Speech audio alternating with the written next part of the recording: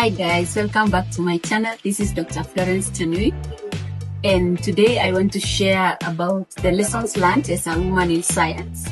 And so if you are watching me for the first time today, I'm a hydrogeologist and I began my career as a geologist. So this is totally a male-dominated field, and I believe by sharing the lessons learned as a woman in science, you will be inspired, and also you will be able to gain different understanding of what women scientists face.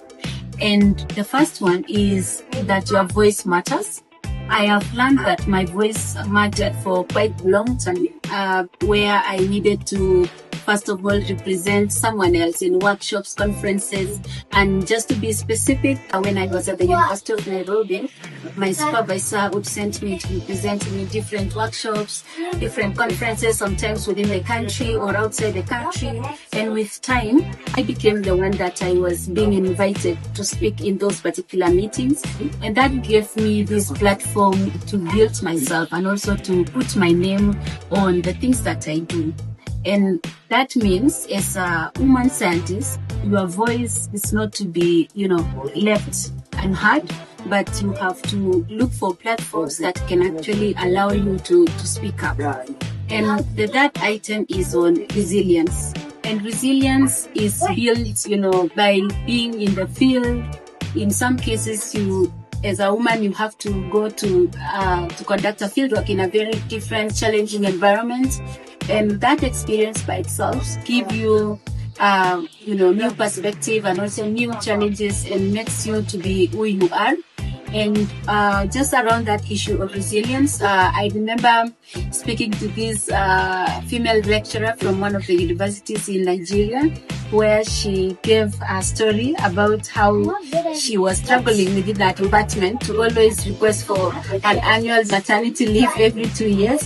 And while that could be a little bit, shaming to her, she did not take it that way, but rather embrace who she was, and that she made a joke to her supervisor that she didn't choose to be in the childbearing age. And that is because women experience different issues. Sometimes they need to be at home to take care of their little children. At the same time, they are required to pursue their careers. And that challenge in terms of balancing it is something that is quite unique to women, and not usually many working environments gives you that understanding that you deserve.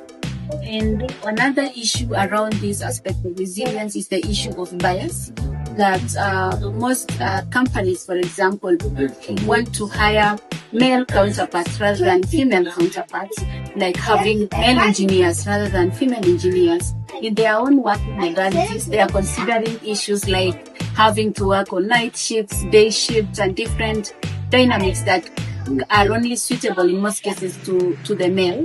And because women need also to operate on these environments, it is a bias that is, of course, quite loud.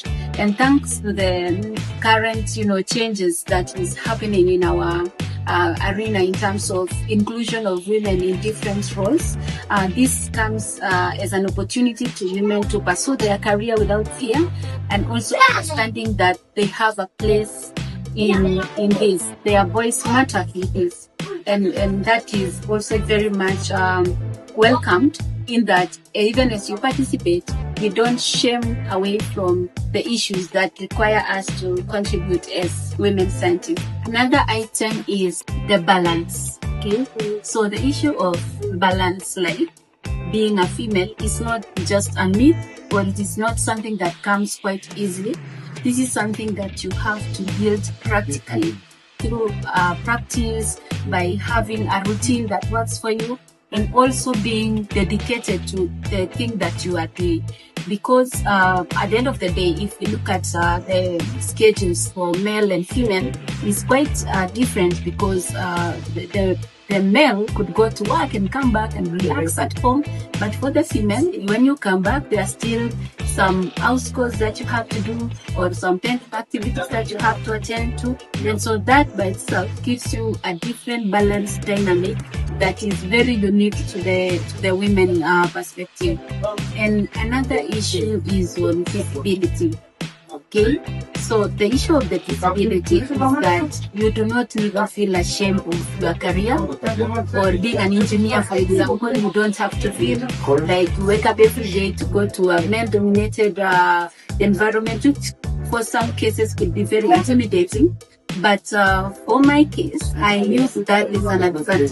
So that unique voice, even in that very intimidating environment.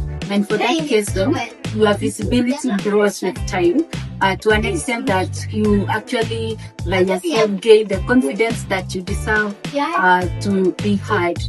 And lastly is the issue of networking.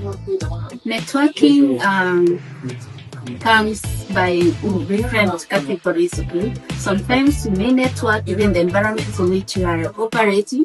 Sometimes it may mean attending scientific conferences, meeting new people. Some are women also that have achieved a high level of their scientific integrity, and for that reason, knowing that you are not alone is by itself very gratifying, and that is also for me something that I have benefited from.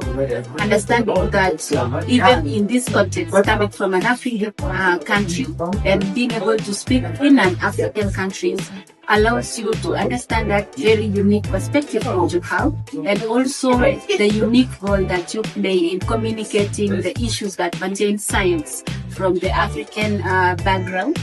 And just to give you a general overview of how I have maneuvered some of these challenging environments is by combining all these experiences that I've just mentioned and actually deciding to be on the limelight by, putting yourself out there as an expert, not on trial and error, but do not be afraid to fail, but be out there, do what you do best, and also build whom you are best at your own moments.